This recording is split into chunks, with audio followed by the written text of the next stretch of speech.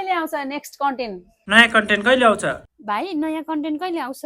नयाँ कन्टेन्ट कहिले आउँछ? नयाँ कन्टेन्ट कब आएगा? नयाँ कन्टेन्ट कहिले आउँछ भाइ? नयाँ कन्टेन्ट कहिले आउँछ? नयाँ कन्टेन्ट कहिले आउँछ? नेक्स्ट कन्टेन्ट चाहिँ कहिले?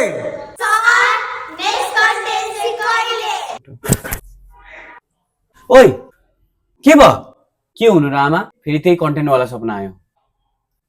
उफ यो कन्टेन्ट कन्टेन्ट कन्टेन्ट कन्टेन्ट म त अब यो धेर कन्टेन्टको सपना आयो भने त म बिमारै हुन्छु होला हौ आमा, मलाई त्यस्तो लाग्दैछ।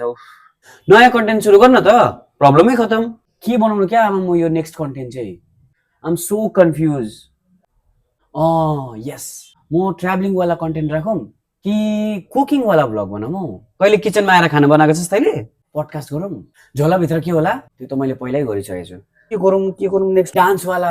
तर डान्सको त मेरो अलरेडी छ। कमेडी पनि मेरो छ अलरेडी। ट्रान्जेक्सन वाला भिडियो बनाउनुको लागि त नि नानी आफू पनि ह्यान्डसम हुनुपर्छ है। तँ चाहिँ कहाँबाट ह्यान्डसम छस्? म अलिकति एक्स्ट्रा कन्टेन्ट बनाऊँ भनेको। हे भगवान्, छोराको त यति पनि दिमाग छैन। खालि कन्टेन्टको सपना आयो, कन्टेन्ट कन्टेन्ट कन्टेन्ट भन्छ। कन्टेन्ट चाहिँ फेरि यसको हातैमा छ है। फेसन डिजाइनिङ सिकेको, सिलाइ सिकेको, यस्तोहरू चाहिँ कहिले काम लाउने त? थ्याङ्क यू आमा, तपाईँले मेरो आँखा खोलिदिनु भयो। यस, यो त मैले सोचेको पनि थिइनँ। जुन चाहिँ मेरो यो आइडी छ नि सेभिङ स्काईवाला, त्यसमा चाहिँ म कम ब्याक गर्छु। त्यसमा भिडियो नहालेको धेरै भएको छ। विथ सम न्यू आइडियाज म आफूले आफूलाई रिप्रेजेन्ट गर्छु। New style and new design. Thank you. तैँले भनेको कुरा पनि ठिकै हो। यदि तैँले यस्तो भिडियो बनाएर नयाँ स्टाइलले, आफ्नो स्टाइलले तैँले प्रेजेन्ट गरिस् भने मान्छेहरूले मन पराउन सक्छ। ल अब खाना खान आइज।